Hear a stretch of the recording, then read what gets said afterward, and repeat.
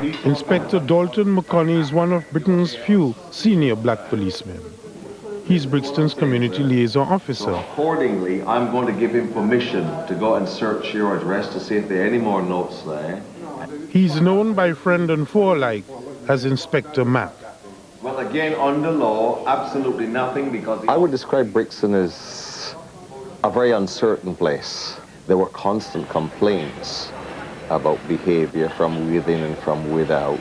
And there are still problems, and I think that problems will continue to bubble below the surface at Brixton simply because of the nature of the place it is. In the vibrant heart of London, Brixton in the 1980s was a neighbourhood at the crossroads of cultural diversity and escalating crime, creating a complex and challenging landscape for police officers who were working the beat. This documentary offers a comprehensive, in-depth look at this defining era where the streets of Brixton became a symbol of a broader societal issues and the focal point of intense policing. The documentary delves into the intricate fabric of Brixton's history, a district celebrated for its rich Caribbean heritage, influential music scene, and dynamic street culture. Yet beneath this colourful exterior, the 1980s brought to the forefront a series of challenges that would test the mettle of the Metropolitan Police. Our journey explores the intricate dynamics of policing in a time of economic recession, racial tensions,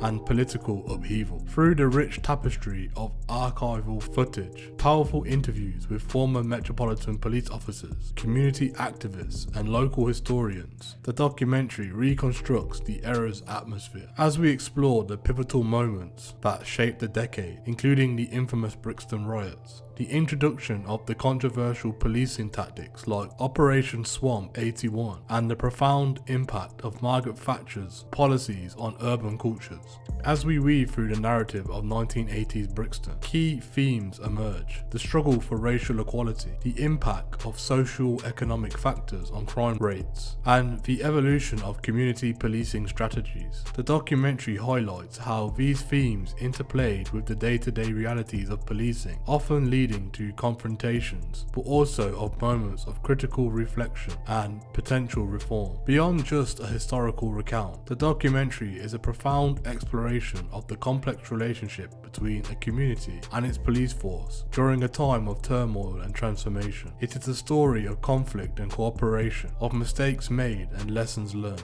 a tale that resonates with current discussions about law enforcement, community relations, and social justice. This documentary is not only a valuable resource for those interested in London's history, policing, and social dynamics, but it also serves as a catalyst for ongoing conversations about how we can build a more understanding and effective community police relationship in our present-day society. Brixton is one of the smallest police beats in Britain. It's also one of the most violent, with a high crime rate. But it was the riots of 81 and 85 which put Brixton on the race relations map. Lord Scarman came, saw, and helped change the law. Today, Brixton stands at the crossroads of modern policing. Relationships between the police and a majority black or non-white population are constantly tested. Almost 100,000 people are crammed into less than 3 square miles. Nearly 50% are of West Indian or Asian descent. Young blacks in Brixton grow up in a tough environment. You come in here, you fight in a crowd like this, you're going to cause mayhem. If you can't behave yourself, go home. You understand what I'm saying? If I see you again and you've got to be arrested, you can stay there until Monday morning. Brixton Police Station, once hated, now the center for community policing policy, which strives to end traditional hostilities and prejudices amongst a mainly white staff. Now, the officer here told me that you were arrested in possession of a stolen or forged £20 note. Is that correct? No, that's a lie. Right, well, Inspector Dalton McConney is one of Britain's few senior black policemen. He's Brixton's community liaison officer. So accordingly, I'm going to give him permission to go and search your address to see if there are any more notes there. He's known by friend and foe alike as Inspector Mac. Well, again, under law, absolutely nothing because... I would describe Brixton as a very uncertain place. There were constant complaints about behavior from within and from without. And there are still problems, and I think that problems will continue to bubble below the surface at Brixton simply because of the nature of the place it is. Brockwell Park, less than a mile from the heart of Brixton. Unrest can easily break out. Mass public events are the flashpoints police fear most. They keep an eye out for anything which can cause problems, such as illegal booze. Can you tell me what you got inside, please? Soft drinks, a stall, Yeah? and some beer. And some beer. How do you get in? Got a license to sell beer? No, I'm not selling beer. I'm not selling. So the details you gave last time, is it? You didn't give me no details. I spoke to you last year at the same event. I think we better take this van in and you better bring some documentations in the station. Yeah. The residents of Brixton don't realize it, but the police are keeping a deliberately low profile. The policy is to let stewards control 10,000 people. Risks are being taken. There's always been great concern wherever lots of black people are gathered, that if there are lots of policemen around, it is going to cause conflict. And I think Brixton is no exception to that. And quite rightly, if you put stewards into these things to police them, it allows us to take a step backwards, and we are just there in case of serious public disorder. Before the music starts again, because no way can I compete against that, I'm Alan Webb, I'm the Chief Inspector from Brixton Police Station, and I'm in charge of the park during the course of the concert today. As stewards, it's very important that you do your job. The first time things for you to do is for you to sort out in the first phase. If you can resolve any problems you have out there, great. So what happens when the big trouble starts?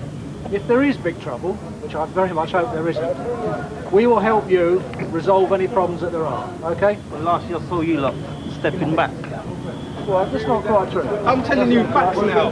A brother got chopped in the back of his head, right, and there was a police officer just standing there doing nothing, looking at the brother like it's a showpiece. Why should we just do it? If there are any problems, we will be here to help you sort it out, okay? They can trust in me on that, all right? Breaking the low-profile rule is Inspector Mokoni. He patrols the crowd alone. This is unusual. Some of the work that we've begun to do in Brixton is beginning to pay off. If we are heavy-handed, Brixton will go up. Brixton will go up just like Blackburn, Leeds, or any of the other places that have suffered problems during the summer. There is less than 15 minutes to go before the reggae party must end. I noticed that there was a great restlessness with the people that were there because of the type of music that was being played. It was like your worst fears come true. I really wanted to walk across the front of the stage, but there was a surgeon towards the front, and there we are, 10 minutes to go, and there was this moment of madness when people found it necessary to throw bottles, quite indiscriminately.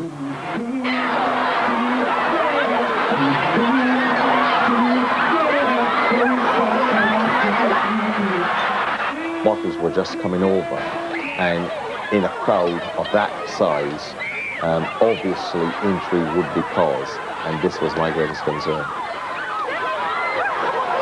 Can you get... Oi!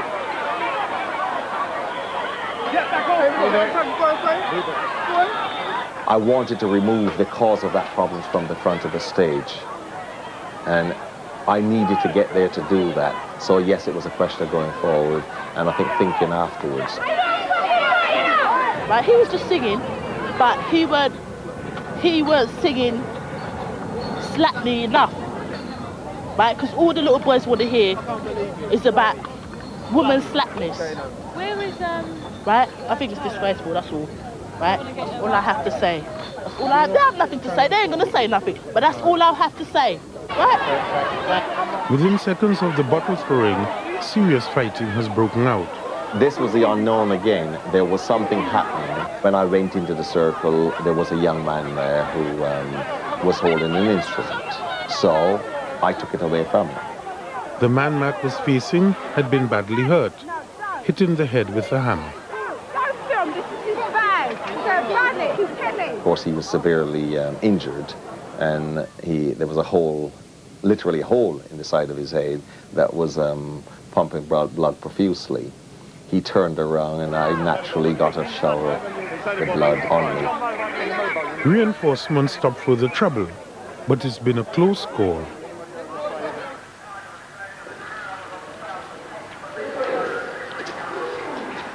Amid the confusion and concern that the fighting may spread, the wounded man has run away, still bleeding. He went down that way. It's a long time. He wouldn't have treatment, he's denied everything, and he's gone on his way, but he is very severely injured and losing an awful lot of blood. But here we go again. It isn't pleasant to have other people's blood in view of what is going on and the concerns that are expressed for AIDS and hepatitis and what have you. But nonetheless, these are the things that you expect as a police officer in the line of duty.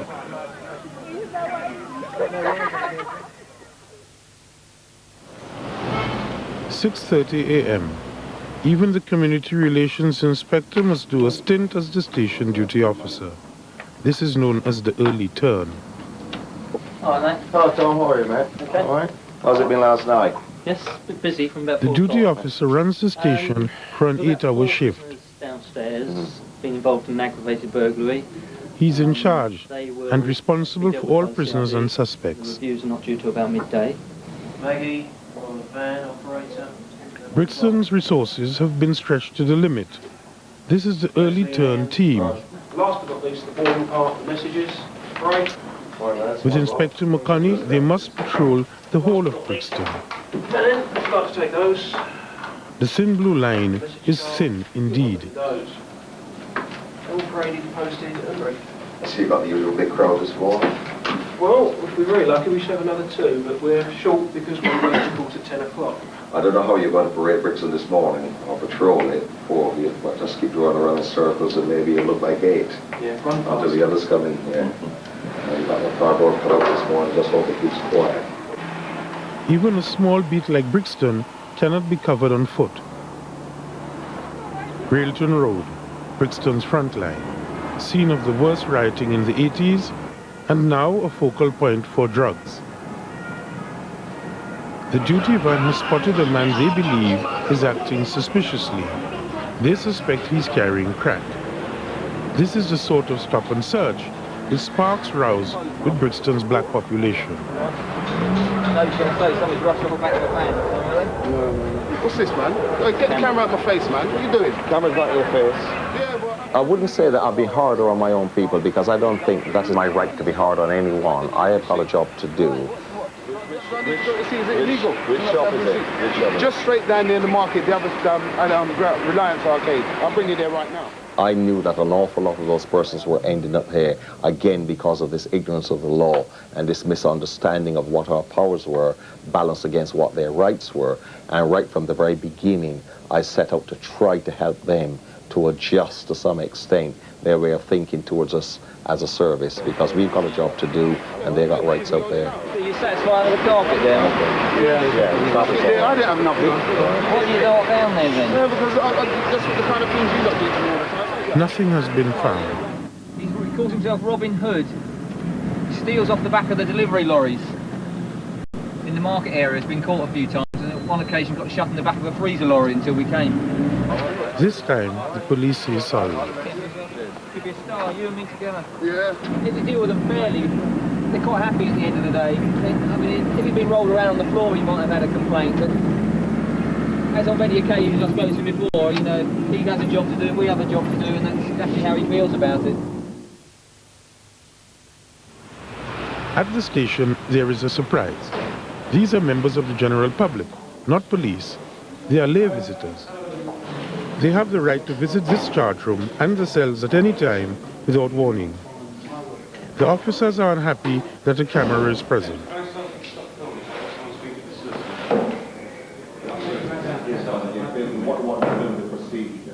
As duty officer, Inspector McConney can give permission for filming to continue.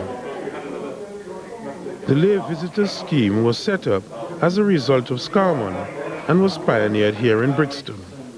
The visitors have almost unlimited powers of access and inspection. He's believed to be an illegal immigrant.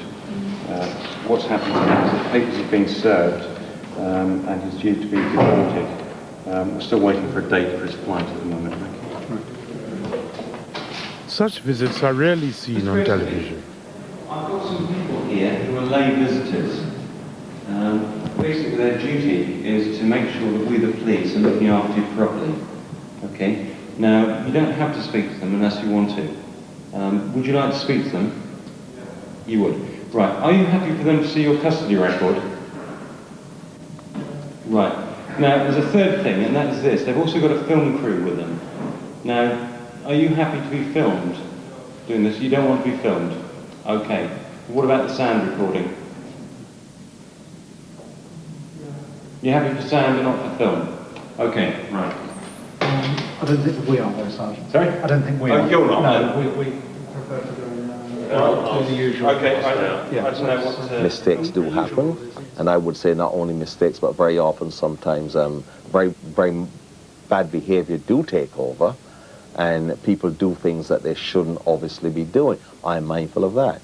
But it's up to supervising officers to deal with those things internally, and it's up to members of the public to help us when we can't say it ourselves, to deal with it externally.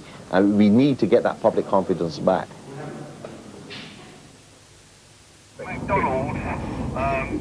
Hello there. A quick word. Just curious why you got all these bricks in your hand. Well, you're doing a bit of building in your spare time, are you? Okay. Cheers. Do you know why you're here? As early turn officer, Mac is checking on prisoners arrested during the night. Never filmed before, this review procedure is also a byproduct of the Brixton riots and Lord's Common. Is there any request you want to make to me to release you from custody? Yes, please. What would you like to ask me? You want me to let you out? I would appreciate it. I know you would appreciate it, but the important thing This girl is being held on serious aggravated burglary charges. The fact that someone is offering me that escape route, I would gladly obviously take it. It is not, of course, as simple as that. I mean, obviously the offer is made because they are entitled again to make representation to me if they think that they're being held here unjustly, unfairly, or if they believe that something obviously is defective within the system. Have you already seen a solicitor? Do you understand want a solicitor, or are you in touch with one? This burglary suspect is 8 months pregnant. I don't really understand it, so... You don't understand it? Right. Once you're here for any offence at all, the law says that you can have a solicitor. All you need to do, don't cry, stop from the cry, loud. Because if you don't understand the procedure, free legal advice will be provided. So bearing in mind that significant numbers of our people grew up in the West Indies, where access to a solicitor is only through the wallet. And I could see the great conflict when you offered a solicitor service to a member of an ethnic minority grouping who was arrested and brought to the station. Now, I've spoken to the arresting officer. He has told me that he's in the process of interviewing the victim to this offence. I particularly, as a member of the public, would not like to be sat in a police station not knowing what is actually happening. It must be a very frightening scenario for an individual who perhaps have never been in conflict with the law but have found themselves, unfortunately, in the charge room. Brixton is part of Lambeth, one of Britain's most controversial councils. You are very well aware that all the chiefs in Council Lambeth have taken a very strong view on conduct. This is the Police Consultative Committee, which meets monthly to monitor and question police activity and behaviour. Brixton's top policeman is here too. Sir, it's what bothers me about this sort of complaint. We are very lucky that the parents of these children are law-abiding citizens. They are with the police. Now, what do you think would be the situation if it was an anti-police family who's going to put out all kind of propaganda out in the street? Bill Wilson, Chief Superintendent, Brixton Division, for those who don't know me. As I promised when I first came to the division, I would try and tackle the street drug dealers, and we ran a covert surveillance operation on Loughborough Road, which climaxed in the arrest of 16 actual drug dealers for supplying crack, and they have all been remanded in custody, and the matter is now sub judice. Chairman, I did write to Mr. Wilson before this meeting, well before this meeting, but is he in a position to give me answers? You say, Mr. Strick, that your questions are requests for information. Well, this was a sensitive operation which I hope to repeat in other places in the future. So could you please tell me, before I answer, what use you intend to make of that information? The record of the meeting. Okay, well, I just wanted to make sure that we don't go beyond the bounds of your questions. Right? The first question is how many people were arrested and how many were female? And the answer was there were 37 people in total detained for searching, 9 of which were female. The second question was, is it correct that strip searches of females were carried out in police vans? The answer to that is no. Have there been any formal complaints arising from the operation? The answer to that is an overwhelming no, apart from an implied criticism that I take from this letter. I did say in my letter, and I shall read it for the truth, the questions above should not be taken as criticism, but merely as requests for information. That's why I used the word implied, Mr. Strick. Well, should not be taken as... I mean, Chairman, if the Chief Superintendent is going to make wisecracks when he's been given the courtesy of an advance notification, serious questions, which I'm not raising on my own account. I've been asked to raise these questions here. Mr. Strick, I apologise if you thought I was making wisecracks. I was not making wisecracks. I simply wanted to let people know that the efforts of those officers who worked very hard in a very dangerous and difficult situation were appreciated by many, many members of the community, and the only questioning of those officers or what they did, as far as I'm concerned, was implied in this letter.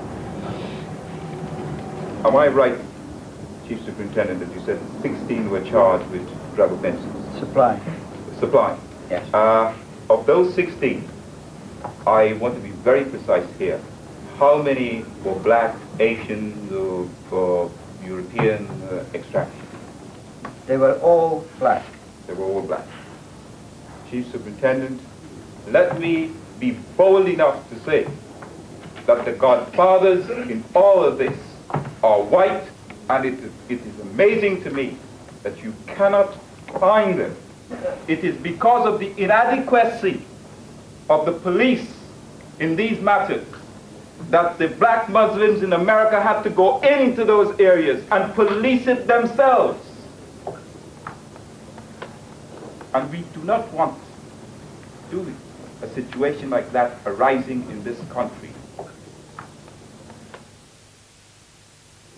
We've got, oh, it's suddenly picked up your... The early turn is almost done, with some signs of success. But in Brixton, the shift is never finished until it's over. The call was made from a telephone kiosk, Kennington Park Road, junction with Kennings Way.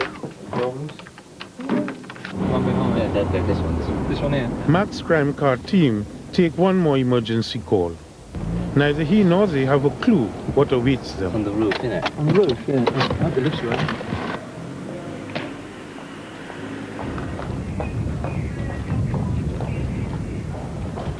You don't know what you're going to get when you arrive at the scene of an incident. Although, generally speaking, from the message, you can sometimes read between the lines and get an idea. Sometimes you get quite an innocent call turn out into something really sort of major, you know. Whereas sometimes you get a call that something's happening, just turn up on scene and nothing happens. Hello. What have we got here? Right. Excuse me. Turn around. Down there for a minute. Right. Just move your head up there. No. Okay, stay there. Don't move. Okay. Don't move. No, stay there. Okay, all right. Okay. All right. All right. You need to move. Yeah. Right, what I'm going to do, obviously you've been smoking drugs here, haven't you? Yeah. You got any drugs on you? No, none at all. Nothing at all? None at all, none at all. Stay still. And don't put your hand in your pocket. Don't put your hand in your pocket. Right. Basically, if you need to put your hands in your pocket, I'm going to handcuff you.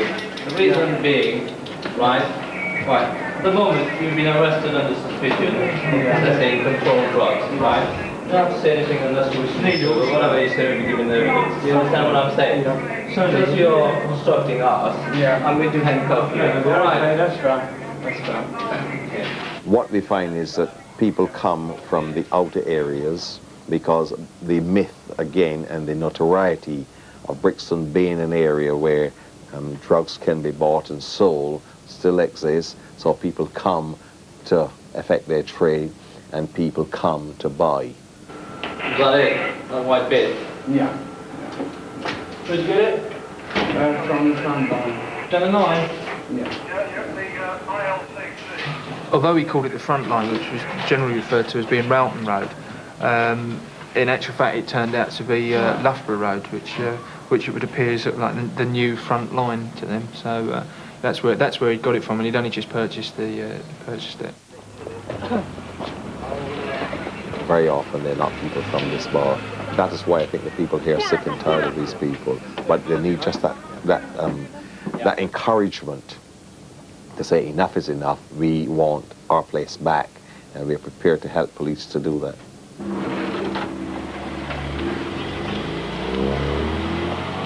Well, the officer explained to you why you've both been arrested. Yes. Yeah? You're going to be detained here. I'm authorising your detention for the matter to be investigated. Do you understand? With him trying to go for his pocket, usually, it means that there is more item that he wants to conceal or he wants to get rid of. That's why I didn't want him to put his hand in his pocket. And which proved right when he was brought back to the station and searched, 2 more rocks of crack cocaine was found on him. The woman was then taken away and searched by one of the WPCs. And just as she was entering the station, she told us that she'd actually, in actual fact, got some stolen checkbooks and check cards on her. They were actually found by one of the WPCs, and checks on those revealed that they had in actual fact been stolen earlier on in the day. If you're not working, if you've not got access to fund, the only way to get access to fund or money to buy the crack is obviously to enter into crime and criminal activity. Hence we get burglary, hence we get robberies, whatever it is. There are instances where people sell their bodies, both men and women, because it is money, and it's money at all costs.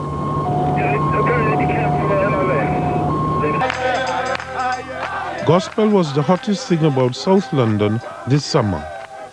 But for Inspector Dalton McConney, there was no holiday. The Brixton beat, though small, is one of Britain's busiest. It has a high crime rate.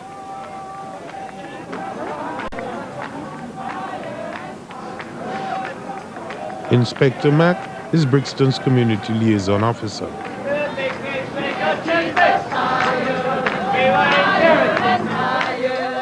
People tend to stereotype all black people, young and old, incidentally, because they've got this myth that Brixton is made up of all criminals and every criminal live in Brixton. Of course, nothing could be farther from the truth.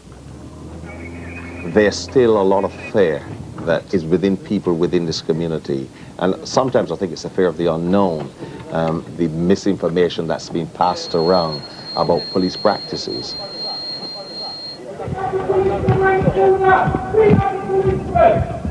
Brixton's night shift has been called to the Stockwell Park estate.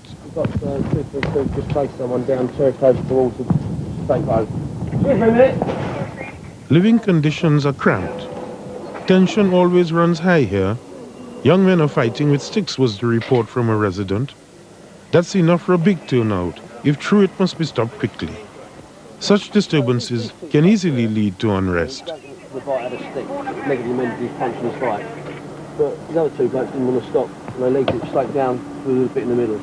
I will not accept violence here, no more than a violence in the East End of London with white people against black or black people here against white people. I don't accept violence in any shape or form. And I have seen some of the most horrific instances, I mean, in my police service, I think to last me a lifetime. I took this off the fellow that I spoke to. The car. Oh, you know, measure me some money's contract. I think 15 miles on. Within Brixton's 3 square miles, there are 21 housing estates. Most of the 100,000 residents are crammed into them. The estates are viewed by the police as potential hotbeds of crime. Few officers venture into them alone. They are bad social conditions, and bad social conditions always breed violence. It breeds hate, it breeds envy, it breeds despondency, and most of all, I think it breeds fear. The chances are that you had a 1 in 2 chance of having your house burgled if you left it. The cars that were parked on the street were damaged. This summer, the Brixton Force stepped up its patrols on the estates within its beat. Leave it out to leave a fork of a vehicle check under Bedford House, 241. The car, reported stolen, belongs to someone who lives outside the estate. The thieves bring them to underground garages to strip them bare. At one time, the police would have thought twice before entering places like this. We got our cars damaged, we got abuse. It's very often we had rubble, garbage, you name it, it was thrown from the balconies onto police vehicles as they came onto the estate. They can be quite frightening, especially at nights, because you don't know what you're actually being lured into. On the night shift, estates mean danger, in and out fast. There is no place in Brixton that we can't go, that we don't go. Unfortunately, the myths create fears in members of the public's mind that these places do exist within London.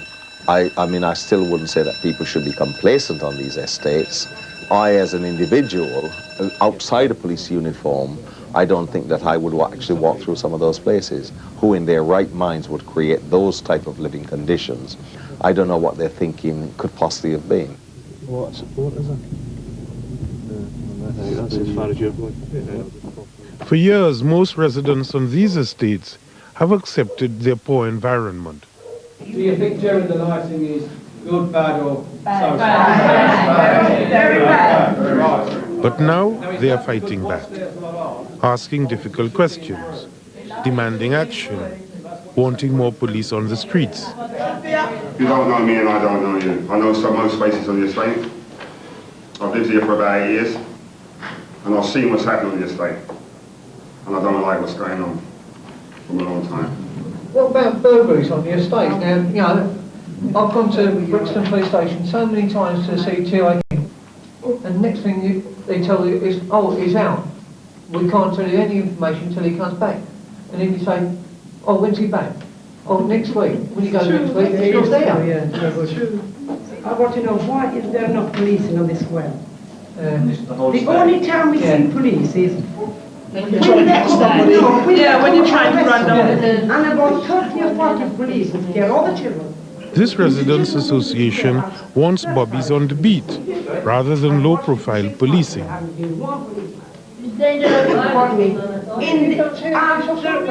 6 o'clock, you would never see a policeman. What, driving around the estate? Not driving, walking. They also want the existing beat officer replaced.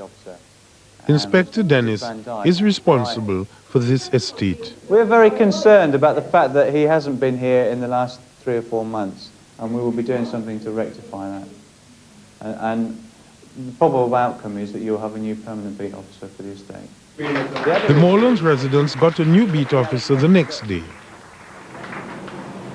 The first thing from myself is the result of an Operation Tag Me. The majority of people that the operation was focused upon were street crack dealers. So hence, I don't know how many of you live in the Loughborough Road area. I hope you've noticed. That same night in the police station, another inspector faces another group of residents. Anything being done about the drugs on Marsden House and Pym House? Less anger, but the concerns are the same. not enough police action. When you've got them yobbos leaving their little bags behind, I go out, I get abuse, so it's a waste of time, and that's just how I have to live. There's a certain flat, I mean, I presume the police know about it, but I've noticed people go up, knock on the door, hand over something, the door closes and 2 minutes later he comes back with something. I mean, it's not sweet. Daybreak finds Inspector Mack on the trail of the crack dealers on the front line. They operate from outside these shops, but the dealers have already spotted the threat and have run away. See what's happened? If we learn from what is happening in the United States, there's great profit to be made from crack dealing. So these people are prepared to go to any lengths, any time of day and night, because it's money into their pockets. And as soon as you see them, they literally melt into the night. These are not crack dealers, but residents who don't like being the focus of attention. Inspector Mack doesn't care. He wants continually to disrupt the dealers. A couple of them are still hanging around, and I can assure you that as soon as we leave here, they'll be back again. If we were to drive around the block, a few of them will come back on again and start doing exactly what they were doing before. As you can see, they're back again. We got to target the people who are buying crack, but most of all, we got to target the people who are actually selling it, because those are the evil people who are making great sums of money and making great wealth out of vulnerable people's misery. Charlie Lima, 4-3. Crime involving young people is one of Brixton's biggest problems. As dusk falls, the area crime car has been called to support a panda crew who've caught a juvenile suspect in Brockwell Park. They think he's been stealing BMX bikes. This is another potential flashpoint. Move it. No, move it. Don't film it. Don't film it. Don't play on me. Don't play on me. The spitting children forced the filming to stop momentarily. As the boys driven away, the police are becoming involved in a nasty incident.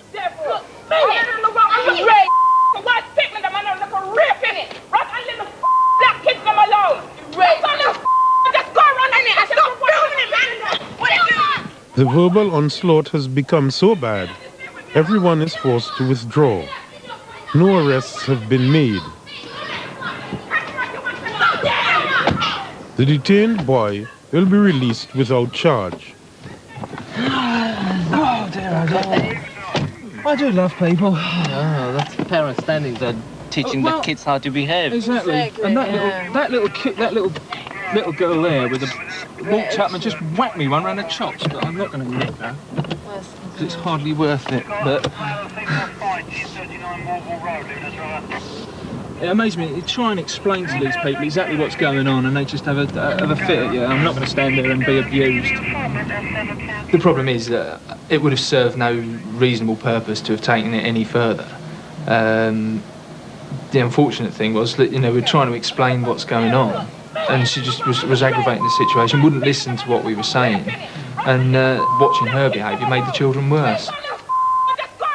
There was great hostility towards that arrest being made, and then when I spoke to the mother of the young person who was actually being arrested to find out why there was that hostility, she immediately said, well, police officers had no right to put him in a car without an adult being present. And it is this type of wrong information that very often bring people in conflict with the law. They have this feeling that one of them's been picked on, you know, which is totally irrelevant to what we're trying to do. You know? Even routine motor vehicle stops have to be handled carefully. Well, I mean, that's the agreement between you and her. It got nothing to do with me. I am involved in your defective vehicle on the road. There's a total misunderstanding of what we can do and what they're entitled to as individuals. And I think this in itself causes an awful lot of conflict, because constantly when people are stopped or people are dealt with for specific offences, there is a challenge to police officers. Well, this is a debriefing for the event on Saturday, the Anti-Racist Alliance Concert and Children's Fun Day. The architect of Brixton's summer Softly Softly campaign is Chief Superintendent Bill Wilson. A low-profile event from a policing point of view. There were one or two He's gathered his senior officers together to review progress. Initial negotiations with the organisers that they had promised there would be no political speeches. And they are discussing an anti-racist rally they policed in Brockwell Park, attended by 6,000 people. Do the stabbing. And I pledge you this, we're going to be around for longer than the fascists. We're going to be around. The review has the power to reverse Brixton's low-profile policy if it isn't working. Anybody detect any drugs in the crowd? Most certainly. Yeah? Yes, most certainly. Again, in keeping with the briefing that we had, it was dealt with by way of people disposing of the drugs, and some of them did that one or two reluctantly, but nonetheless they did it because it was either or. Put it out. Put it out. Give me the bottle. Give me. Leave them, man. You block them. Leave them, man. And it was mainly cannabis. Most of them. Ideally, but it was cannabis. I mean, the smell of the trees will be popping out cannabis for quite a few days later. That's fair enough. However, I did not detect people selling, which was quite significant from past experience there. Just like the booze, it's obviously sensible policing to ignore minor infringements of the law rather than risk disorder, and I think that's the tactic that we will continue with in the future. Despite the summer initiative, many Brixton residents believe the police are biased against black people, but will only talk anonymously, fearing the consequences. No, I'm not scared of the police personally, but there is a lot of other people who are scared of the police, but not in a frightening way, but scared of the police for what they can do. They break the law, they sell by their approach, their attitude, which is not helping the situation at all.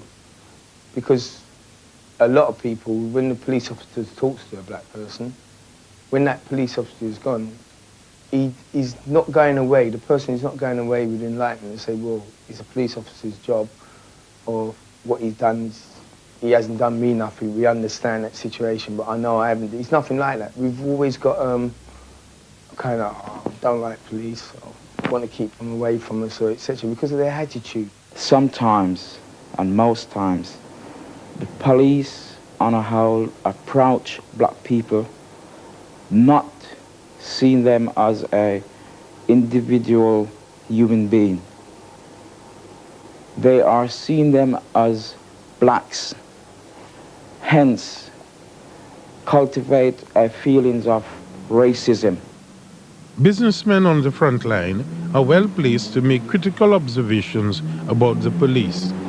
Black people on the whole find it very difficult to handle the situation. And this is sometimes encourage the police to provoke as well. I've seen it happens. And to prevent this sort of hate, because it is hate, between the police and the community, I think that the police on a whole should understand, able to communicate with certain people. I'm not saying that they should grovel because they want to prevent a riot, you know, because on a whole the law is the law. 1:50 a.m., August 30th. Brixton has had a priority call.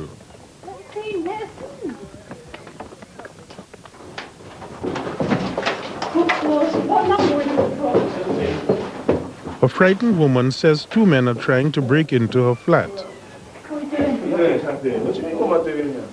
What are you doing with camera? Right. What are you doing with camera? What do you mean, what's that? What have you got that for? I've got nothing for that for. Don't tell me what I've got that for. What have you got that for? Look, I've borrowed it from a friend's my mate's stick. Would you need a stick in that situation? I've had it on me because it was outside my front door, right?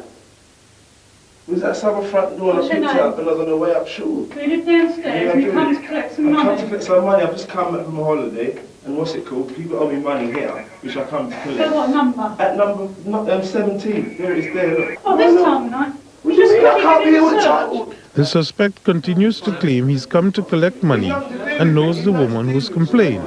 Just let go of my hand, because I'm not here to be no aggro. I've come back from the country, all right? I'm not here. I live in this block. Now let go of my hand. Can't you understand? What's the matter? Squeeze it on my hand for. Let go of it, man. I'm not running anymore. The story has been backed up by the complainant. Right. Well, your story checks out. I suggest you come collect money at a more sensible time in the morning than without a stick.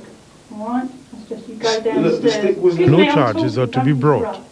Yeah, I'm telling you, the stick was no intention to hurt anybody. Do you know what I mean? The man and his friend are free to go. I knocked on this door later than this before. You don't understand, do you? None of you understand. The lady that lives there is my friend. You just listen. All right? I've knocked on the door later before. Have you finished? Have you finished? No. So I'd like to Well, carry on then. Thanks very much. Go downstairs and come at a more sensible hour to collect the money. All right? I suggest you go away. If you get any more calls, all right, let me go, yeah. Breach of the peace. Get that camera away, man. What's the matter with you? Don't worry about it, Carl. You've got a complex about it. It's not doing any harm.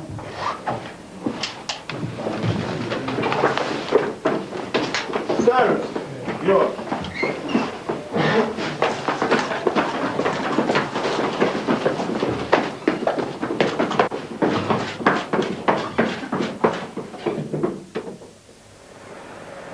Another main plank in the Brixton Summer Anti-Crime Drive, a special daytime activity project for youngsters. The aim to keep the kids off the streets and out of trouble. It's run by Inspector Mack and a dozen volunteers and paid for by sponsors, not police or public funds.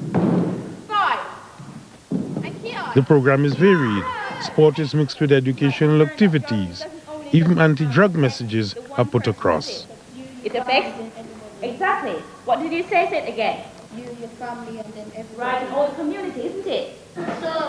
500 kids have signed up and spend each weekday for 5 weeks at this Brixton school. Mack and his team have their work cut out. This girl's clothes have been ruined because bleach has been mixed with the water. Ruin people's clothing, Paul. I didn't know I had bleach in it. Huh?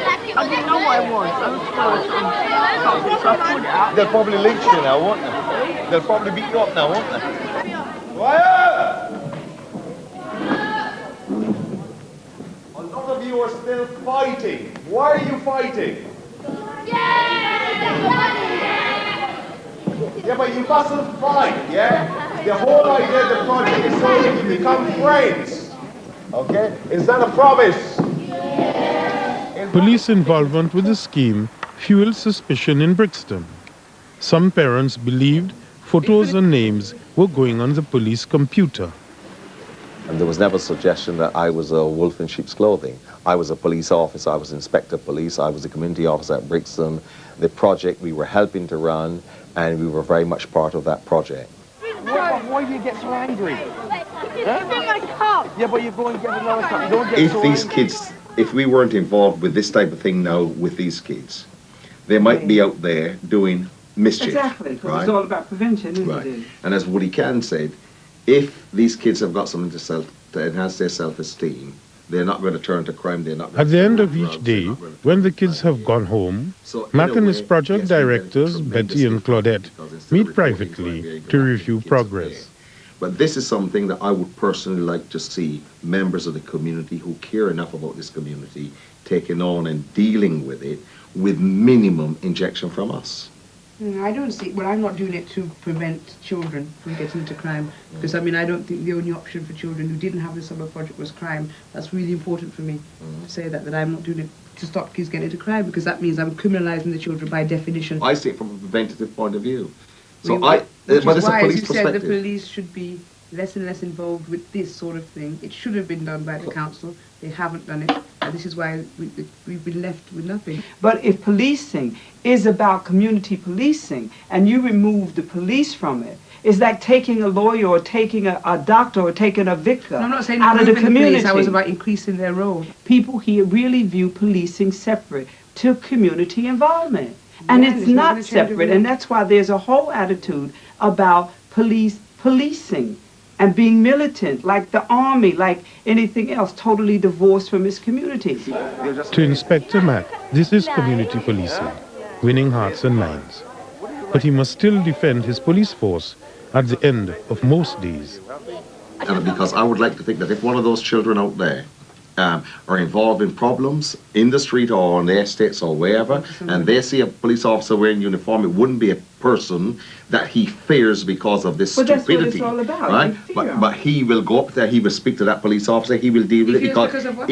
I said because of the Something for your stupidity police, that they do. people instill in those children. Because it does, the kids don't learn it from any other place other than through their socializing. People learn prejudice, but also Right. the police have got to change. You know me sufficiently to know You can't where have I people stand. beating Listen, youngsters in the police listen. cell. So it's got to be a double Claudette, interaction. Claudette, That's all I'm saying. You know me sufficiently to know my stand on good behavior and my stand on proper and correct policing. I think you know. The process of change is going to be a very painful one, and you know it should be, because there's a lot of pain and there's a lot of suspicion within our community.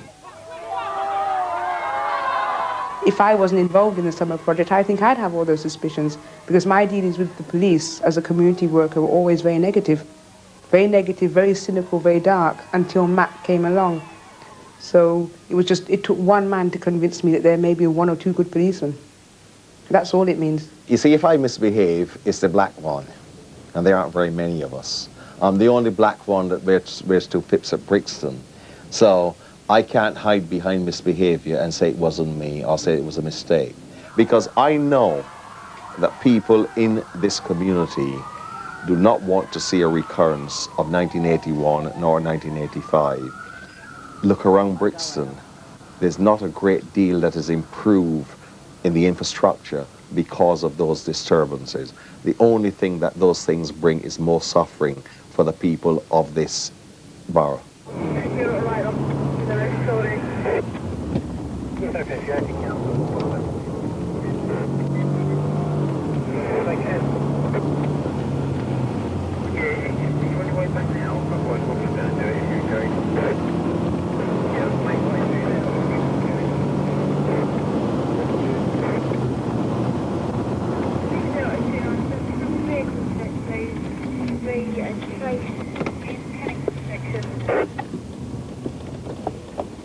Where is it then, Ian? Yeah.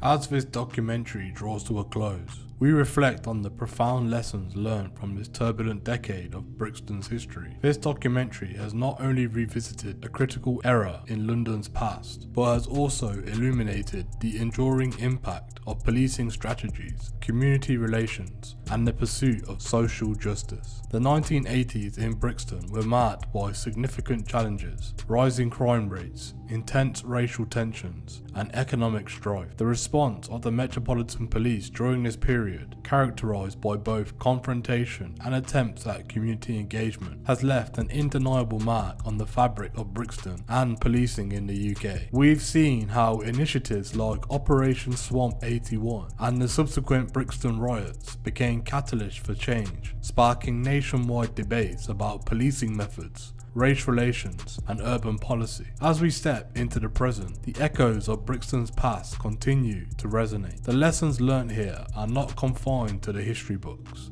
They are relevant to the contemporary discussions on policing and community dynamics. This documentary challenges us to consider how far we have come and how far we still need to go in building trust in effective collaborations between law enforcement and the communities they serve. The story of Brixton in the 1980s is a testament to the resilience of its community and the evolving nature of policing. It reminds us that progress often comes from facing difficult truths, engaging in open dialogue dialogue and committing to continuous improvement. As we move forward, the experiences of Brixton offer valuable insights into fostering safer, more inclusive, understanding communities. In conclusion, the documentary is more than a retrospective. It is a call to action. It invites policymakers, law enforcement agencies, and communities to learn from the past, to embrace the challenges of the present, and work together towards a future where safety and respect are mutual. As we close this chapter on Brixton's past, we open a new one with hope and determination, inspired by the enduring spirit of Brixton and the lessons it has taught us.